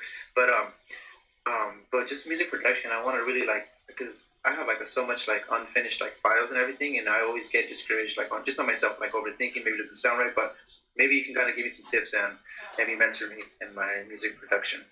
I would love to, and I really feel like I need to tap into the YouTube market a little bit because there's nobody young and black out there doing techno tutorials. You're right. None. There's none. Maybe that's something I should really look at. You should. That would be sick. That would be clean. It makes sense. It makes total sense for that. Yeah, man. So maybe that's looking towards. Maybe I'll do it with some cool green screen background, something, or I don't know, keep people interested. Yeah. Just put my whole fucking computer desk on the green screen. Hey, whoa, that'd be tight. That's something pretty tight. Yeah, why not, dude? I'll think of something. But I think that's something that I should really tap into next, you guys. There's nobody young and black out there doing YouTube techno shit. I know, that's true. Every time you look up, some type of techno drum pattern or something, whatever, yeah. I don't see no Latino or black person doing that. So. It's just, it doesn't exist yet. You see a lot of the trap guys, they give their sauce and their insight, but, I would love to, do the same. I think that would be fucking ill, man. I should do that. I should hop on. That'd be clean. Oh, and also, too, before, you need to go back and tap into your Techno in the Hood show. Ah, man. Yeah, I kind of left it behind. I tend to, start a lot of projects and just leave them. I don't know. I get a lot of good ideas at the time that are like sparking, and then I'll come up with some other shit and just kind of drop it. But you know what? Maybe I'll do it through that. Because the first one was a tutorial. Okay, yeah. And then the second one was the one like the history of the word coon and whatnot, right? It was the etymology and the origin of cooning. Yes. And it was more of like a black history, black nobility stream. Yeah, just because even at that time, that's when all the like, the BLM like protests and everything was kind of going on. So, and you and your homie were kind of really going into it. And when I see that episode, I was like, oh, dude, he has something. Like, hope he keeps it going with this. And then just it kind of didn't happen. I'm like, oh man, I'm like, but it's tight. Like, check it out, Techno in the Hood. Oh man, I'll do some more. That shit takes time. I had to like write and brainstorm, and like it wasn't really on the fly with that one. That one really took some serious like brain muscle. I had to really like think that one through. Cause you can't just like you can't just like pull topics like that and like not like pull through, you know? You really have to have something to say. So like have your notes and your research and stuff like that. Yeah. I had a lot of mental notes when I was doing that one, and the social climate once again just fueled it. It is just the perfect time for that one. But maybe I'll do some more like real talk shit on like the personal stream because I don't want to get demonetized. Oh shit, you keep it going with the, I see what you're saying. Right. Yeah, I like believe in conspiracy theories and shit. A lot of people don't. They don't fuck with that shit. Well, no, I'm telling you, that episode was like, you and your homie were going in. It was like, yes, we're going in, but it was like, it all made sense. So that's why I was like, dude, like, this is something that I'm like, I can hear myself hearing like every time a new episode comes out, so. Yeah, but it's definitely gonna push a lot of people away. Oh well. This is who I really am, you know? Yeah. I mean, if you really want to, like... It could be a side thing. I mean, people want to get to know the artist and shit and separate the music from the art. I mean, here it is, I guess. It should all be one. Yeah, you're right. But yeah, I fucking love you guys, man. Like, I'm really glad I, like, get to come on this platform and, like, have opportunities like this and dabble with technology in this way. And even show you guys stuff, because you were pretty blown away. You kind of showed me a little bit of like, and exactly when you even from like the first time we tried to like even use like Discord and then like the OBS and everything, just hooking everything up, it's nice. So that's why I already knew you would be able to show me some type of insight and everything, and more too. So we'll probably link up other days and then just kind of show me like how to really like, because I'm trying to like, I'm telling you, what is the next step? What I can do? Like maybe I can do more interviews like this, you know? So this would be sick. To be able to, and I have to use like a Zoom platform or something, you know, use like typical stuff that's already here available to us. Yeah, I really wish people would get away from the Zoom format. That's more for like work, and isn't it limited? It's like 45 minutes, and then it like cuts off or something. Yeah, so it's limited, and then if you wanna, because I remember like when everything was like the whole like pandemic, I'm like, oh shit, I'm not gonna be able to go to the the interviewee's house or whatever. So I was looking into like, okay, Zoom, Skype, what can you use in Zoom? Yeah, there's like a 45-minute cap like limit, but if you want to get more like time, you have to like purchase like a plan, and it's all like a business plan. It's all for work and whatever and everything. So. Yeah, look more into Discord and OBS, you guys. It's limitless. Like the things you can do are literally endless. Like this stream actually could have been a lot cooler if I had time to like set up more. But hey, I mean, you can literally do whatever the hell you wish with this format. Like, you know, we're here now. Like, get away from the limits and the speed bumps, you guys. Yeah, true. And how you said earlier, like, we've always had the like the power to be able to do this. This is nothing new in a sense, so it's just kind of like actually take control of what resources we have available to us here, so. And it's all actually learn. This is like I'm talking to myself. Like actually learn the stuff because I'm like there's so much like part of the settings and whatnot. So like really learn the stuff so you can actually use it to its full potential. And it's all open source, which is something I heavily believe in as well, because that means anybody with enough brain power can walk in and like develop something for it, and maybe that'll become bigger or become an added feature later in time. True that. It's all community based. But once again, that word. Man, dude, but thank you so much for just talking to me, letting me pick your brain a little bit, and whatnot. But I appreciate everything, all the insight you gave me, and also too, this is just the beginning. We'll do like another check-in. Well, how you mentioned before, we'll space it out. We'll do a second episode and just check in on what's going on. Maybe this time you and Trey already developing that video game. Oh man, I can't wait for that. Yeah. I mean, anytime you want to have me, man, like, come around. And anytime you want to just, like, I don't know, hit me up, man. Just fucking hit me up. I'm around. Yeah, no, I'm gonna hit you up like just off like the podcast. I think just see like again, like I need some like pointers and everything to see like if I can just start releasing some tracks, even if or a track at least, so something in that realm. Beyond Normal Records? Well, that's the thing though. Like when I first started Beyond Normal, it was supposed to be like a label, and we had one compilation, and it was like Roscoe, myself, and how I mentioned like Roscoe and the homie Joe were part of the Grooves. I told you this a couple of days ago, but I think they had a track.